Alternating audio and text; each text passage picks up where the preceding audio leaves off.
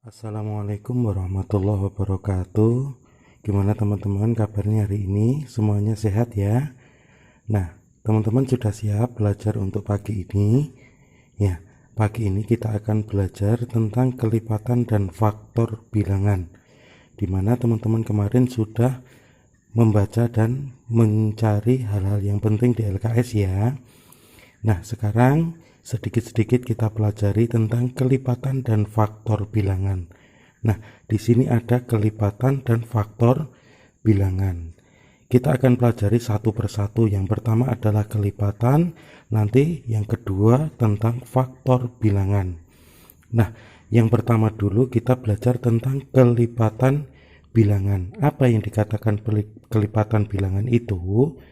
Kelipatan bilangan adalah hasil perkalian bilangan dengan bilangan aslinya. Jadi di dalam kelipatan bilangan ini yang kita gunakan adalah perkalian. Oke, teman-teman dipahami benar-benar. Contohnya kita akan mencari kelipatan 4, kelipatan angka 4 ini. Caranya bagaimana? Kita kalikan ya. 1 kali 4 hasilnya 4.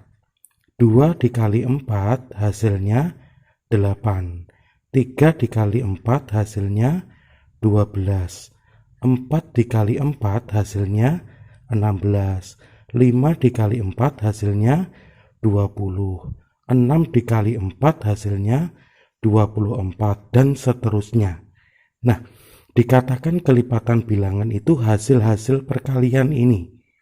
Ada 4, ada 8, 12, 16, 20, dan 24 ya. Jadi bilangan kelipatan 4 adalah 4, 8, 12, 16, 20, 24, dan seterusnya. Angka-angka ini dihasilkan dari hasil perkalian ini tadi ya. Kemudian selain dengan menggunakan perkalian itu, kita bisa juga menggunakan cara yang kedua, yaitu menggunakan garis bilangan, di mana di dalam garis bilangan ini nanti yang kita gunakan adalah penjumlahan. Misalnya angka 0, 1, 2 seterusnya sampai angka 18. Nah, kelipatan 4 berarti kita hitung 0, 1, 2, 3, 4. Kita beri tanda di sini. Kemudian 5, 6, 7, 8 kita beri tanda di sini. Kemudian 9, 10, 11, 12 kita beri tanda di sini.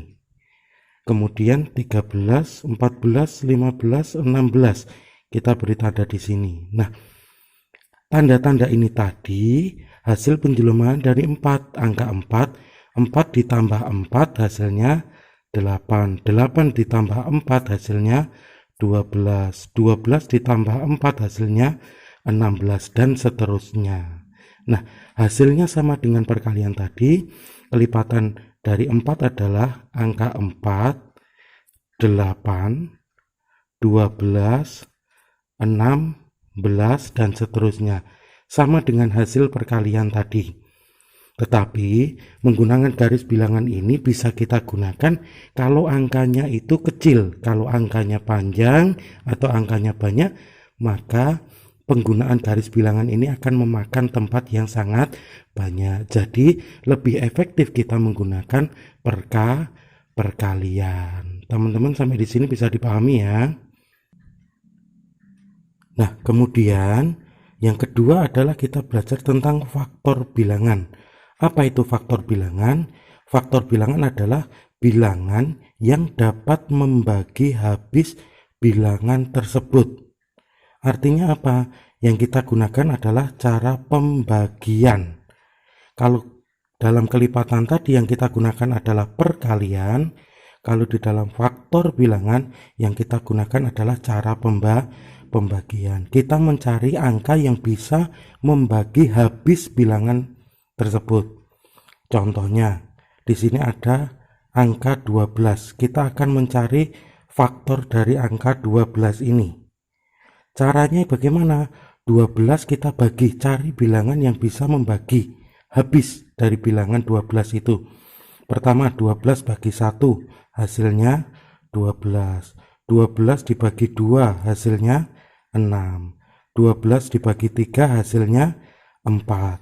12 dibagi 4 hasilnya 3. 12 dibagi 6 hasilnya 2. 12 dibagi 12 hasilnya 1. Nah, angka-angka ini yang bisa membagi habis dari angka 12 ini. Ya. Jadi, kalau sudah kita cari pembagian seperti ini, kita akan tahu faktor dari 12 itu angka berapa saja di bagian bawah ini. Jadi, faktor dari 12 adalah 1, 2, 3, 4, 6, dan 12. Ini didapatkan dari mana?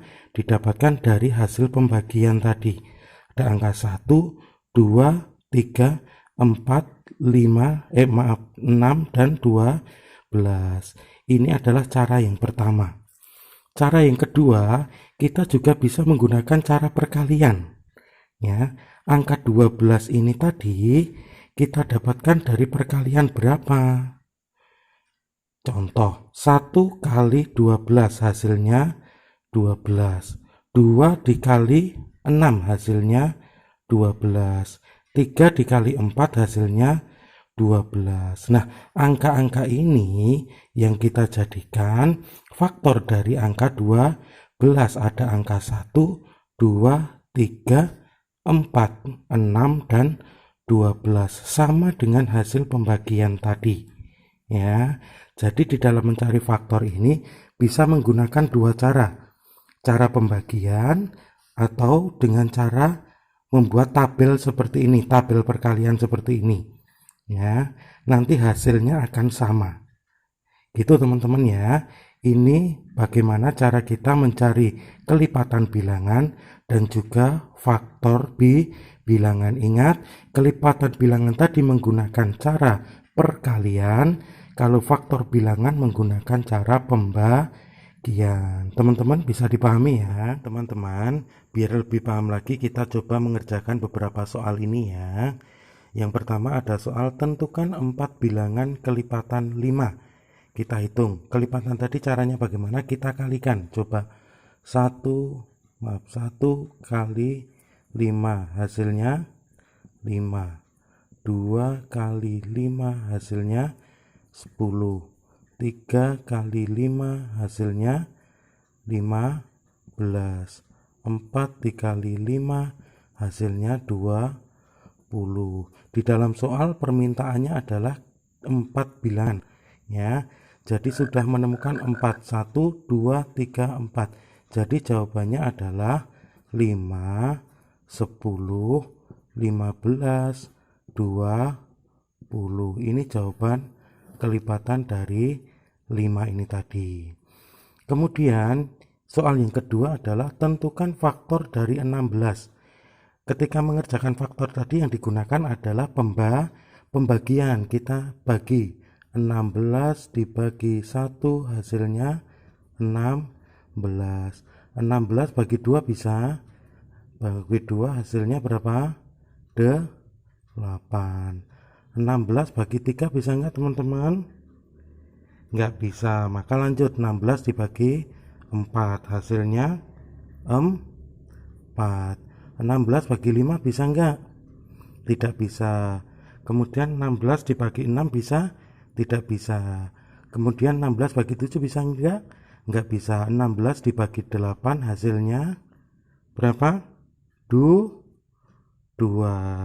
Kemudian selanjutnya dibagi 9 enggak bisa, 10 enggak bisa, dan seterusnya.